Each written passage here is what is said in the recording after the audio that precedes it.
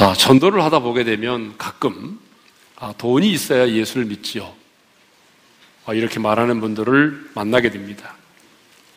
이것을 보게 되면 믿지 않은 사람들 역시 교회를 다니려면 많은 헌금을 내야 한다는 부담감을 가지고 있는 것 같습니다. 그런데 믿지 않은 사람들만이 아니라 교회를 다니는 신자들 역시 헌금에 관한 설교를 제일 부담스러워합니다.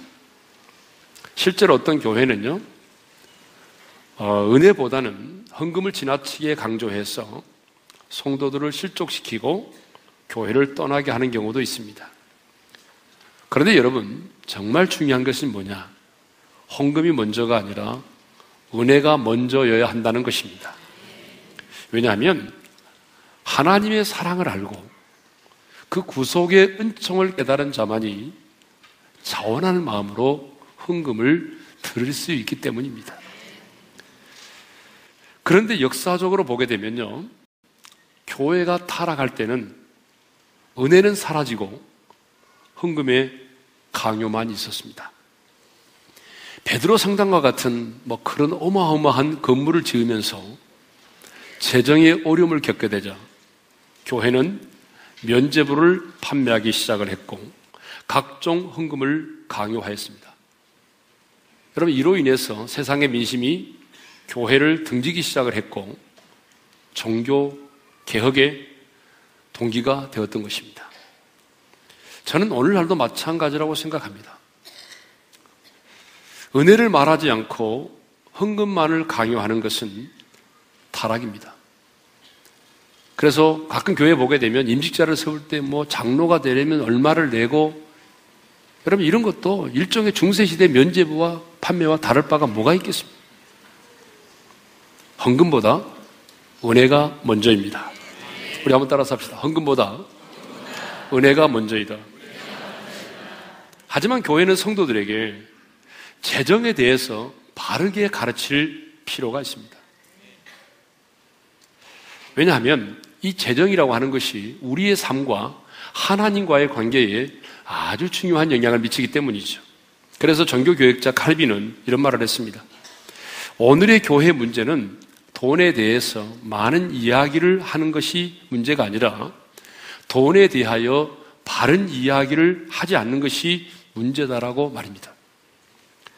헌금을 지나치게 강요하는 것도 문제지만 여러분, 재정에 대해서 바르게 가르치지 않는 것 역시 더 큰 문제라는 것이죠. 그렇습니다. 교회는 절대적 진리인 말씀을 근거로 해서 도대체 하나님의 사람에게 있어서 돈이란 무엇인가? 하나님의 사람인 우리는 왜 돈을 벌어야 하는가? 왜 우리는 돈을 사랑하면 안 되는가? 그리고 우리는 그 돈을 어떻게 관리하고 어떻게 사용해야 하는가 하는 것들을 바르게 가르칠 필요가 있습니다. 자, 그러면 온전한 11조란 어떤 것이었습니까? 온전한 11조란 첫째로 청지기적 신앙의 고백으로 드리는 것이죠. 하나님은 11조에 대한 규례를 주실 때에 레위기 27장 30절에서 분명히 이렇게 말씀하셨어요. 읽겠습니다. 시작. 그 10분의 1은 여호와의 것이니 여호와의 성물이라. 그렇습니다. 여러분, 10분의 1만 하나님의 것이고 10분의 1은 내 것이다, 그런 얘기는 결코 아닙니다.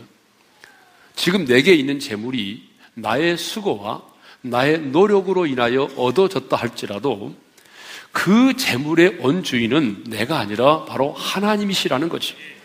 그러므로 우리는 주님, 내가 가진 이 모든 것이 나의 것이 아니고 주님의 것입니다. 나는 주님이 내게 맡기신 것을 관리하는 청지기일 뿐입니다라는 그 신앙의 고백으로 드리는 것이 온전한 11조입니다. 여러분, 이러한 신앙의 고백이 없이 복만을 받기 위해서 드리는 11조는 여러분 온전한 11조가 아닙니다. 그렇기 때문에 우리가 하나님 앞에 온전한 11조를 드리려면 가장 먼저 전제되는 믿음이 뭐냐 그러면 내가 가진 것이 바로 하나님의 것임을 인정해 드리는 그 믿음의 고백이 전제되어야 하는 것이죠. 자, 둘째로 온전한 11조가 어떤 것이죠? 의무가 아닌 은혜에 감격하여 드리는 것입니다. 왜 우리가 11조를 드립니까? 구원받기 위해서입니까? 아닙니다. 11조는요, 구원의 문제가 아닙니다. 그러면 왜 우리가 11조를 드립니까? 복을 받기 위해서입니까? 물론 하나님은 온전한 11조를 드리는 자에게 축복을 약속하셨습니다. 잠시 후에 우리가 그 복을 묵상하겠지만 우리가 단순히 그 복만을 받기 위해서 11조를 드린다고 한다면 그것처럼 유치한 게 어디 있겠습니까? 우리가 11조를 드리는 이유는 내게 베풀어 주신 그 하나님의 은혜가 너무나 크기 때문입니다. 그래서 온전한 11조는 뭐냐? 하나님의 주권을 인정하고 청지기적 신앙의 고백으로 드리는 것이고 의무가 아닌 하나님의 은혜에 감격하여 드리는 것이 바로 온전한 11조입니다. 그런데 하나님은 온전한 11조를 드려서 나를 시험해 보라고 말씀을 하셨어요. 그러면 왜 하나님은 유일하게 이렇게 11조와 관련된 말씀을 하시면서 나를 시험해 보라고까지 말씀하셨을까? 그 이유는 온전한 11조를 드린다는 것이 그만큼 우리 인간에게는 힘들고 어렵기 때문에 그렇습니다. 여러분, 왜 온전한 11조를 드리는 것이 그렇게 힘들고 어렵습니까? 그 이유는 간단합니다. 11조를 드리면 드린 만큼 손해가 된다고 하는 우리 마음속에 있는 그 탐욕 때문에 그렇습니다. 그런데 성경은 탐욕을 뭐라고 말합니까? 탐심은 우상숭배라고 말하는 것입니다. 예수님은 누가복음 16장 13절에서 한 사람이 두 주인을 겸하여 섬길 수 없다, 그렇게 말씀하시면서 이렇게 말씀하셨죠. 다 같이요. 너희는 하나님과 재물을 겸하여 섬길 수 없느니라. 하나님도 섬기고 재물도 섬길 수가 없다는 거예요. 그건 있을 수 없다는 거예요. 주님은 하나님의 형상대로 지음받은 우리 인간이 탐욕의 지배를 받으며 살아갈 때에 얼마나 비참하고 얼마나 가련한 인생이 되는지를 너무나 잘 아십니다. 탐욕의 지배를 받고 살아갔을 때 우리 인간이 얼마나 불행해진다는 걸 너무 잘 알기 때문에 하나님께서는 나를 시험하여 보라고까지 말씀하시면서 온전한 11조를 드리라고 하시는 거예요. 그래서 우리는 이 온전한 11조를 드리도록 요구하시는 주님의 마음을 알아야 돼요. 주님의 마음이 뭐냐면 우리가 이 땅을 살아가면서 탐욕의 지배를 받지 않고 내 인생의 주인은 예수 그리스도라는 사실을 입으로 고백하면서 바로 우리 주님의 통치 아래 살아가기를 원하시는 거죠. 결국 11조는요, 한마디로 말하면 이겁니다. 누가 내 인생의 주인인가 하는 문제입니다. 내 인생의 주인은 과연 누구인가? 여러분, 이 문제를 결정하는 시금석이 바로 11조인 것입니다. 주일 성수가 영적인 주권을 인정하는 것이라면 여러분 11조는 경제적 주권을 인정해 드리는 것입니다. 자, 이제 오늘 계속해서 또 11조에 관한 얘기를 나누겠는데요. 10절에 보게 되면 상반절에 만군의 여호와 하나님은 11조에 대해서 말씀하시면서 너희 온전한 11조를 창고에 들여서 나의 집에 양식이 있게 하라, 이렇게 말씀하셨어요. 우리 읽겠습니다. 시작. 너희 온전한 11조를 창고에 들여 나의 집에 양식이 있게 하고. 자, 여기서 나의 집은 어디죠? 창고에 들여서 나의 집에 양식이 있게 하라고 그랬는데 여기 언급된 나의 집은 구약에서 어디냐면, 자, 하나님의 백성들이 나와서 제사를 드리는 곳, 성막과 성전을 말하죠. 신명기 12장 11절에도 보게 되면 이런 말씀이 있습니다. 너희는 너희 하나님 여호와께서 자기 이름을 두시려고 택하실 그곳으로 가서 11조를 드려라, 이런 말씀이 있어요. 자, 여러분 신명기 12장 11절 읽습니다. 시작. 너희는 너희 하나님 여호와께서 자기 이름을 두시려고 택하실 그곳으로 내가 명령하는 것을 모두 가지고 갈지니 곧 너희의 번제와 너희의 희생과 너희의 11조와. 그러면 여호와께서 자기 이름을 두시려고 택하신 곳이 어디죠? 여러분, 그 성전입니다. 하나님의 백성들이 나아가서 제사를 드렸던 곳, 그 성막과 성전이에요. 그렇다면 여러분, 오늘 우리가 11조를 어디에 드려야 되느냐는 것이죠. 오늘날도 마찬가지입니다. 여러분, 내가 나아가서 하나님께 예배를 드리는 곳이에요. 오늘 내가 나아가서 예배를 드리고 내가 은혜를 받는 그곳에 우리는 11조를 드려야 하는 것이죠. 자, 예를 들면요, 자, 어떤 분이 이제 우리 교회 등록을 했습니다. 우리 교회 등록된 교인인데 이분이 이제 파견을 나갔습니다. 그래서 1년 동안 파견을 나가가지고 거제도에 머무르게 됐어요. 그래서 이분이 이제 올라오지 못하는 거죠. 1년 동안. 그러면 1년 동안 우리 교회에 소속된 교인이지만 1년 동안 거제도에 머무르면서 거제도에 있는 어느 교회를 다니신다면 여러분, 그분은 우리 교회다 11조를 내는 것이 아니라 바로 자기가 나가서 예배를 드리고 은혜를 받는 그곳에 11조를 드려야 한다, 그 말입니다. 그러면 왜 하나님은 11조를 드려서 나의 집에 양식이 있게 하라고 말씀하셨을까? 그것은 11조에 대한 용도 때문에 그렇습니다. 여러분, 구약에서 11조의 용도는요, 세 가지예요. 먼저 결론부터 말씀드리자면 내의인들의 생활을 보장해 주기 위해서고, 성전을 유지하기 위해서고, 세 번째로는 가난한 고아와 과부를 돌보기 위해서입니다. 여러분, 그 당시에 레위인들은요, 풀타임 사역자들이잖아요. 다른 지파들과는 달리 그들은 어떤 유업도 받지 않았어요. 그러니까 그들은 하는 일이 뭐죠? 성전에서 계속해서 제사를 드리는 그런 직무를 성전에서 수고를 해야 돼요. 풀타임 사역자들이에요. 그런데 여러분, 백성들이 11조를 내지 않게 되면 하나님의 사람들이 아무런 생계 대책이 없는 그 레위 지파들은 생계를 보장받을 길이 없게 되죠.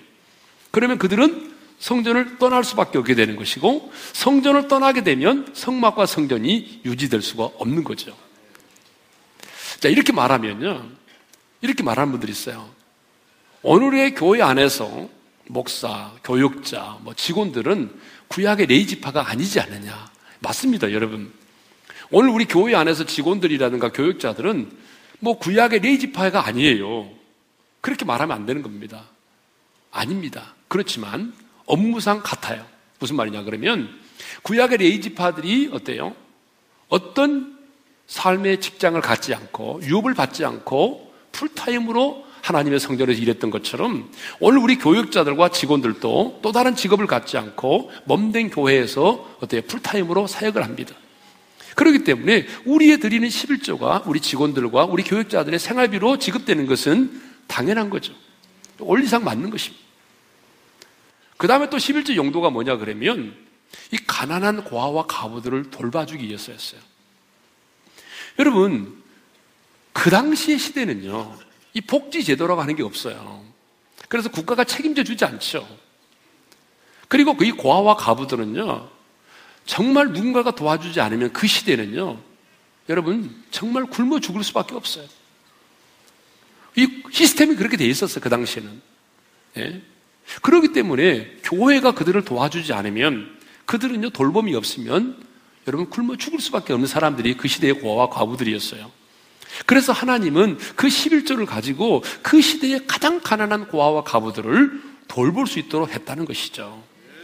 그런데 여러분, 구약 시대나 신약의 초대교회를 보게 되면 구제를 할 때에 개인적으로 하지 않고 교회를 통해서 했다는 것입니다.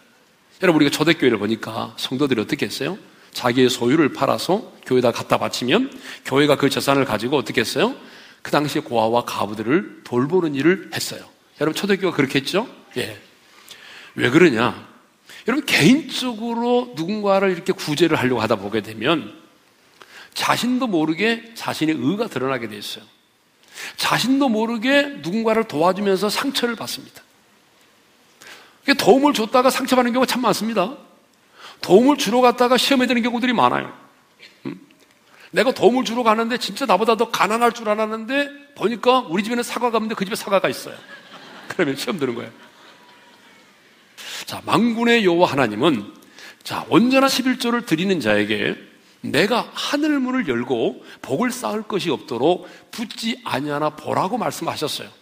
자, 온전한 11조를 드리는 자에게 하나님이 어떻게 하시겠다고 약속하셨습니까? 내가 만군의 하나님 여호와께서 내가 친히 하늘 문을 열고 복을 쌓을 것이 없도록 붙지 아니하나 보라. 왜 그렇게 말씀하시냐 그러면 인간적으로 생각해 보면 11조를 드린다는 것은 손해일 수밖에 없습니다. 그런데 너희가 정말 온전한 11조를 드려서 나의 집에 양식이 있게 하면 너희의 11조를 드림이 손해가 아니라 복이 된다는 것을 내가 증명해 보이겠다는 것입니다. 그러면 만군의 여호와 하나님께서 온전한 11조를 드리는 자에게 약속하신 그 두 가지 축복이 있습니다. 오늘 본문에 그 첫 번째 축복이 뭐냐 그러면 첫째로 수고한 대로 거두게 하겠다는 것입니다. 11절을 읽겠습니다. 시작. 만군의 여호와가 이르노라 내가 너희를 위하여 메뚜기를 금하여 너희 토지 소산을 먹어 없애지 못하게 하며 너희 밭의 포도나무 열매가 기한 전에 떨어지지 않게 하리니. 여러분, 그 시대의 사람들이 농경시대의 사람들이기 때문에 하나님이 이렇게 말씀하시는 거죠. 오늘 이 시대에 하나님 말씀하신다면 전혀 다른 방식으로 말씀을 하셨을 겁니다. 여러분, 우리는요, 이 메뚜기 떼의 재앙을 잘 몰라요. 그런데 뉴스를 보게 되면 메뚜기 떼가 한번 급습을 하게 되면요, 하늘이 보이지 않을 정도예요. 한번 지나고 나면요, 여러분 어떻게 되죠? 모든 열매 잎사귀가 하나도 없어요. 줄기밖에 남는 게 없어요. 그래서 이 메뚜기 떼의 재앙이 한번 임하게 되면요, 수고한 대로 열매를 거두지 못하게 되는 거죠. 아무리 내가 힘쓰고 애쓰고 노력하여 가꾸었을지라도 한번 메뚜기 떼가 출몰하여 지나가게 되면 사글이 사라지는 거예요. 뿐만 아니라 우리가 열심히 수고하고 농사를 지었는데, 여러분, 갑자기 태풍이 불어온다든지 병충해가 생겨서 기한 전에 열매가 떨어지게 되면 그것도 뭐가 되는 거죠? 여러분, 물거품이 되는 거잖아요. 그동안의 수고가 뭐예요? 다 헛된 것이 되는 거죠. 남보다 더 많이 수고하고 투자를 했는데 열매를 맺지 못할 때가 있습니다. 열심히 살려고 몸부림을 쳤는데 본의 아니게 사기를 당할 경우도 있어요.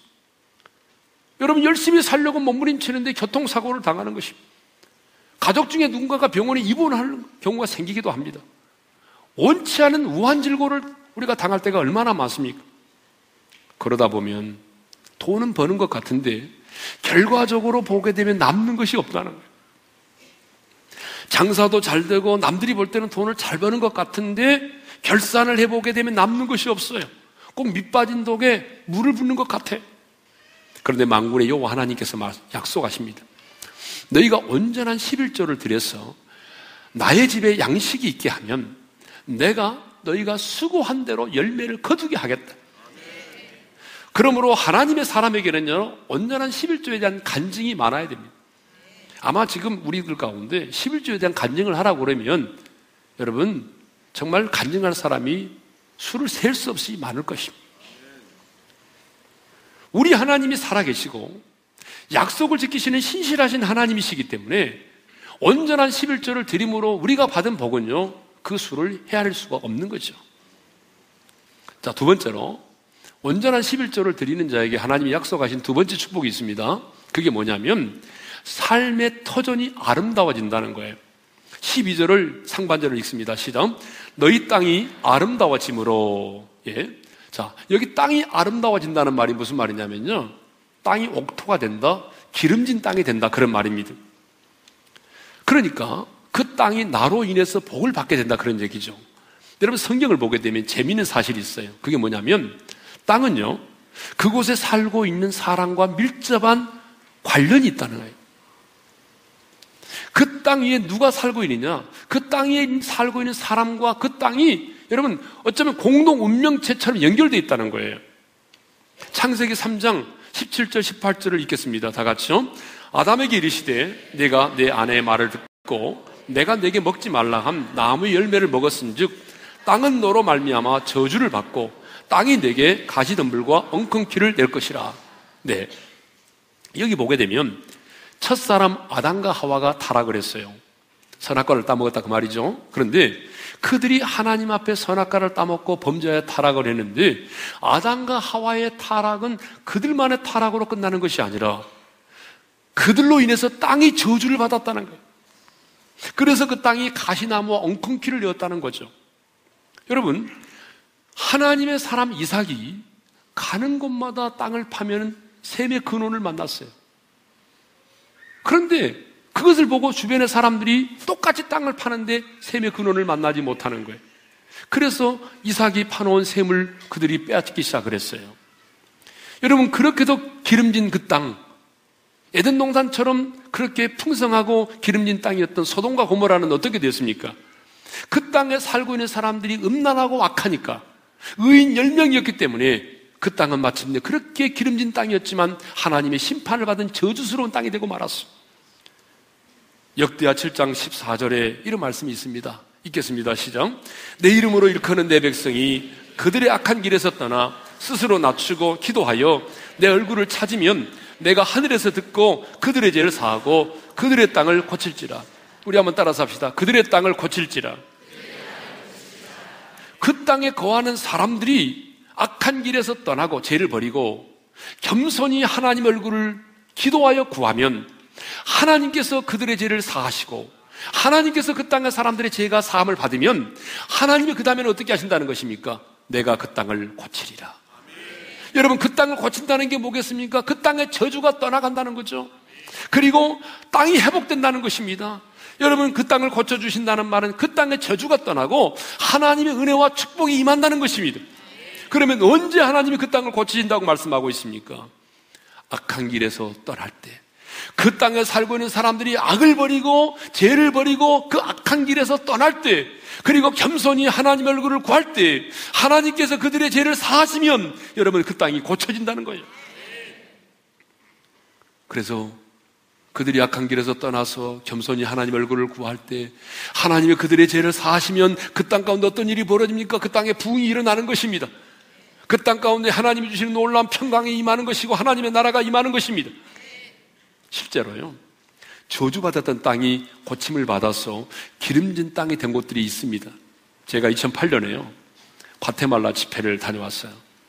2008년에 그때 제가 집회를 마치고 일부러 이 알모론가라고 하는 도시를 다녀왔습니다.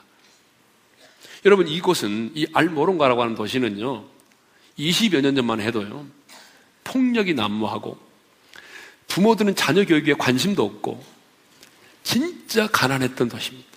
대부분의 성인 남자들은요 알코올 중독에 걸렸어요. 그래서 수없이 끝없는 싸움이 떠날 날이 없었어요. 한마디로 말하면 저주받은 도시였습니다. 얼마나 많은 사람들이 싸우고 그랬으면요 그 도시에 감옥이 4개나 있었어요. 그런데요 여러분, 이 도시가요 변화됐어요. 80%가 예수를 믿고 신앙생활을 하고 있어요.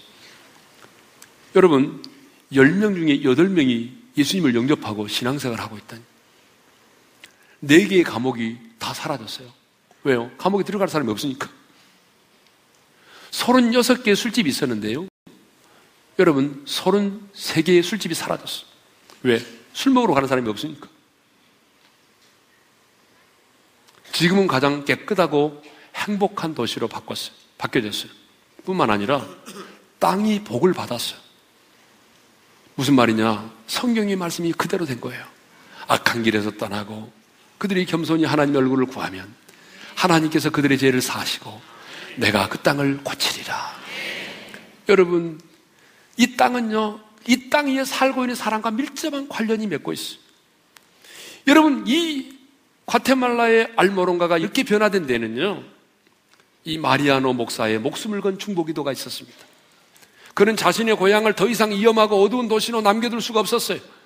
그래서 일주일에 여러분 3, 4일씩 금식하며 기도하기 시작을 했습니다. 계속되는 금식 기도의 결과로 교회들은 눈을 뜨기 시작을 하고 성장했어요. 불치의 병을 앓던 사람들이 기도의 힘으로 고침받는 역사가 일어났습니다. 수백 명의 사람들이 주님 앞으로 돌아와서 회개하고 그리고 함께 금식하면서 도시를 위해서 기도했어요. 그럴 때 여러분, 이 도시가 바뀐 거예요. 하나님께서 온전한 11조를 드리는 자에게 약속하신 두 번째 축복이 뭐냐면 그 땅을 아름답게 하신다고 그랬잖아요. 이렇게 말하면 우리 성도들 가운데는 목사님, 저는 해당이 안 됩니다. 왜? 저는 한 평의 땅도 없거든요. 이런 분이 있어요. 오늘 우리에게 있어서 이 땅은요, 지금 우리가 말하는 그 땅이 아니고 우리의 삶의 터전을 말하는 것이죠. 그러니까 하나님께서 너희의 땅을 아름답게 하시겠다는 말은 우리의 삶의 터전을 아름답게 하신다는 말입니다. 우리가 온전한 11조를 드릴 때 하나님은 우리가 머물러 있는 우리의 삶의 터전을 아름답게 하십니다. 여러분, 삶의 터전 가운데 저주가 떠나고 하나님의 은혜와 평강이 임하는 것이죠. 여러분, 한번 생각해 보세요. 아무리 우리가 많은 것을 가지고 있고 좋은 환경 가운데 산다 할지라도 여러분, 우리가 머물러 있는 삶의 터전 가운데 두려움이 있고 불면증이 있고 미움과 분노가 있다면 그 많은 재물과 그 좋은 환경이 무슨 의미가 있겠습니까? 그러므로 하나님의 사람이 머물러 있는 우리의 삶의 터전인 가정과 일터와 직장이 아름다워야 하는 것입니다. 우리의 삶의 터전 가운데 여러분, 그 기름짐이 있고 풍성함이 있어야 되는 것입니다. 하나님의 임재가 있어야 되는 거예요.